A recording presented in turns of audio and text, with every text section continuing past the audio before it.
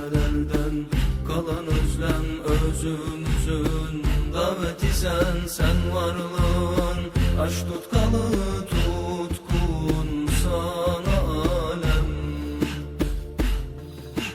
Ya Habiballah, ya Nebiyallah, ya Veliyallah, ya Resulallah. Ya Habiballah, Allah Allah, ya Nebiyallah, Allah Allah, ya Veliyallah, Allah Allah, ya Resulallah.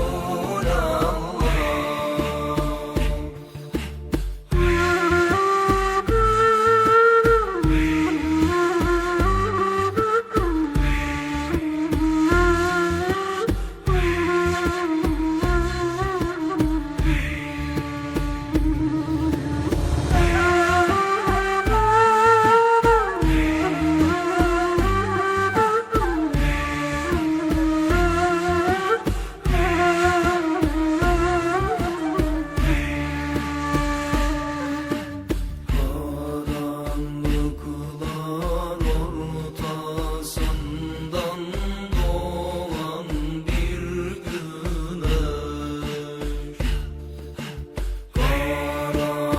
Karanlıklar ortasından doğan bir güneş.